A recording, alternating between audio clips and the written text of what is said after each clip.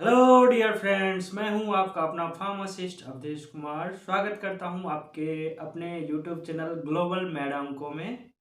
हर बार की तरह आज फिर से मैं आप लोगों तक एक नया मेडिसिन की जानकारी लेके आ गया हूं। उस मेडिसिन का नाम है म्यूकेन, जो कि एक एंटासिड है। म्यूकेन जेल सिर्फ एंटासिड ही नहीं, ये एनास्थेटिक प्रॉपर्टी भी रखती है। यानी बात करें म्यूकेन जेल की, तो ये दो प्रॉपर्टी रखती है। एक है एनास्थेटिक प्रॉपर्टी और दूसरा है एंटासिड। अगर हम एनास्थेटिक की बात करें तो ऐसा ड्रग या एजेंट जो आपके पेन के परसेप्शन को रिवर्सिबल तरीके से शॉर्ट टर्म के लिए रोक सके, यानी रोक के रखता है, एनास्थेटिक कहलाता है। अगर बात करते हैं एंटासिड की, तो एंटासिड दो टर्म से बना हुआ है, दो वर्ड से बना हुआ है, एंटी प्लस एसिड। एंटी मतलब विपरीत यानी ओपोजिट, और एसिड जो हमारे स्टमक के अंदर सेक्रेट होती है, यानी हमारे स्टमक के अंदर जो एसिड सेक्रेट होती है उसके ओपोजिट जो वर्क करती है, ओपोजिट डायरेक्शन में वर्क करके जो एक्शन देती है वो है एंटासिड। नॉर्मली अगर हम बात करें तो हम कोई फूड ले रहे हैं यानी कुछ खा रहे हैं, तो वो हमारे पेट के अंदर जाएगी, यानी स्टमक में जाएगी। स्टमक में जैसे ही पहुंचेगी, वहाँ स्टमक में प्रेजेंट हमारे पैराइटल सेल जो एक्सीएल यानी हाइड्रोक्लोरिक एसिड सेक्रेट करती है, जो हमारे फूड को डाइजेस्ट करने में रिस्पॉन्सिबल होती है। जनरली जो एसिड का प्रोडक्शन होती है पैराइटल सेल में, वो एक नॉर्मल रेंज में होती है। कभी कभार कुछ कारणवश या अलग अलग फैक्टर के वजह से कभी कभार ये अमाउंट जो है एक्सेसिव अमाउंट में एसिड का सेग्रेशन होने लगती है, या बहुत ज़्यादा मात्रा में एसिड का प्रोडक्शन होने लगती है। सपोज नॉर्मल बॉडी में जो एसिड प्रोडक्शन का रेंज है वो अप्रोक्सीमेटली डेली का 1.5 से 2 लीटर है।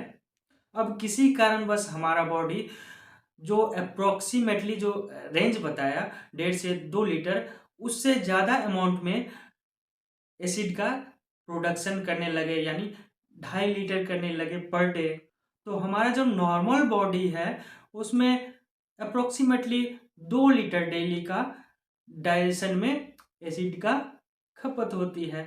सपोज अब ये 1/2 लीटर जो हमारे स्टमक के अंदर एसिड बचा रह गया है डाइजेशन होने के बाद, यही अब रिस्पॉन्सिबल होती है अलग अलग डिजीज के लिए। अब इनसे होने वाली कुछ डिजीज जैसे acidity, GERD, gastro oesophageal reflux disease and stomach ulcer जैसे डिजीज देखने को मिल सकती है। अब इन्हीं एसिड को न्यूट्रल करने के लिए जो ड्रग देते हैं उसे कहते हैं एंटासिड। तो म्यूकेंजल करती क्या है, ये हमारे स्टमक के अंदर अल्सर के वजह से जो हील हो जाती है, उसके वजह से जो पेन होती है उसको रिड्यूस करते हैं, पेन से राहत दिलाती है। साथ ही साथ जो एसिड का अमाउंट, एक्सेस अमाउंट में जो प्रोडक्शन हुई होती है उसको न्यूट्रल करती है। इसका प्रोडक्शन फाइजर लिमिटेड कंपनी के द्वारा की जाती है। ये मार्केट में अलग अलग फ्लेवर में प्रेजेंट है, जैसे orange, mint, American ice cream soda, साथ ही पाइनएप्पल जैसे फ्लेवर में ये मार्केट में अवेलेबल है। ये शुगर फ्री है, जिसके वजह से इसको डायबिटिक पेशेंट में भी यूज कर सकते हैं। अगर हम म्यूकेंजेल की यूज की बात करें तो इसका use acidity, heartburn, GERD disease, stomach ulcer, hiatus hernia तथा प्रेग्नेंट वुमेन में हार्ट बर्न होती है, इस कंडीशन में म्यूकेन जेल का यूज करते हैं। अब म्यूकेन जेल का जो कंपोजिशन की बात करें तो इसमें जो फर्स्ट ड्रग है वो है ऑक्सीटाकेन। ऑक्सीटाकेन एक लोकल एनास्थेटिक एजेंट है।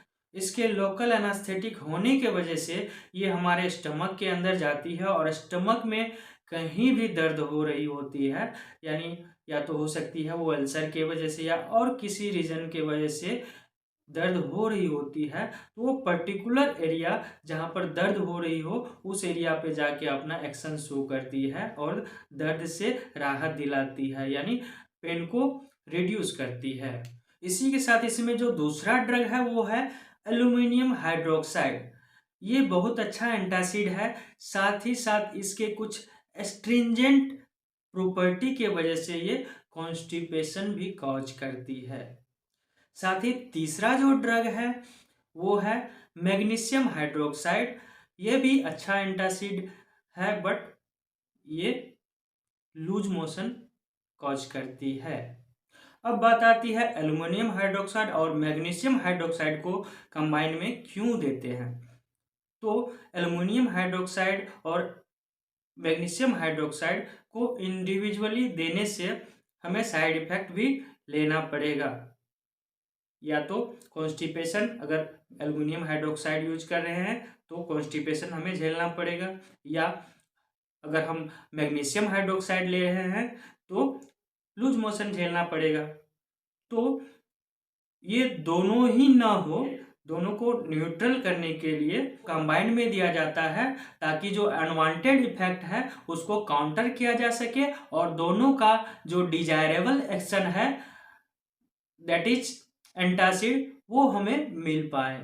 अगर इसकी डोज की बात करें तो इसका डोज आपके डॉक्टर डिसाइड करेंगे आपके डिजीज के अनुसार। इसका जो नॉर्मली जो डोज रेंज है 5 से 10 ml 3 से 4 बार पर डे ले सकते हैं। इसको जब भी ले खाने से 15 से 20 मिनट पहले ले लें। इसमें पानी ऐड करने की कोई आवश्यकता नहीं है।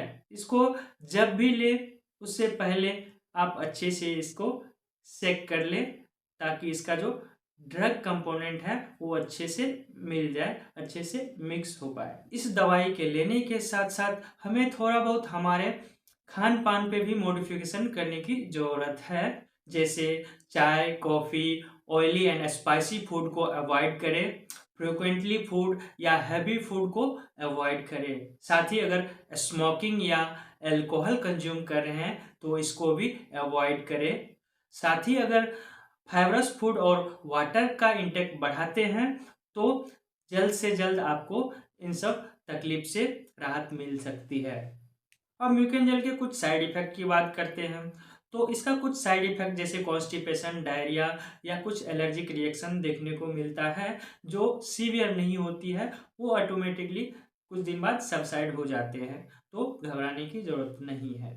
अगर आपको पहले से लीवर, किडनी, स्टमक इन सब में कोई प्रॉब्लम हो तो आप अपने डॉक्टर को ये दवाई लेने से पहले बताएं।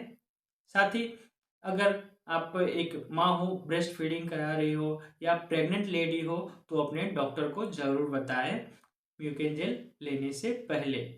बाकी ये सेफ है ब्रेस्ट फीडिंग और प्रेगनेंसी में भी, बट जब भी ले अपने डॉक्टर से सलाह से, एडवाइस से ही ले। वैसे ये जनरली आपको मिलेगा भी नहीं क्योंकि ये शेड्यूल एच कैटेगरी का ड्रग है और जो भी शेड्यूल एच कैटेगरी का ड्रग होता है उसके लिए डॉक्टर का प्रिस्क्रिप्शन की रिक्वायर्ड होती है, यानी डॉक्टर के प्रिस्क्रिप्शन की ज़रूरत पड़ती है। तो जब तक आप डॉक्टर का प्रिस्क्रिप्शन नहीं देंगे तब तक आपको ये दवाई नहीं मिलेगी। आज के लिए बस इतना ही। उम्मीद करता हूँ ये वीडियो आपके लिए यूजफुल होगी। तो ऐसे ही और वीडियो पाने के लिए जल्दी से हमारे वीडियो को लाइक, शेयर और हमारे चैनल को सब्सक्राइब कर लें ताकि और भी ऐसा ही वीडियो आप तक ला सकूं। आज के लिए बस इतना ही। थैंक यू, धन्यवाद। आपका दिन शुभ हो।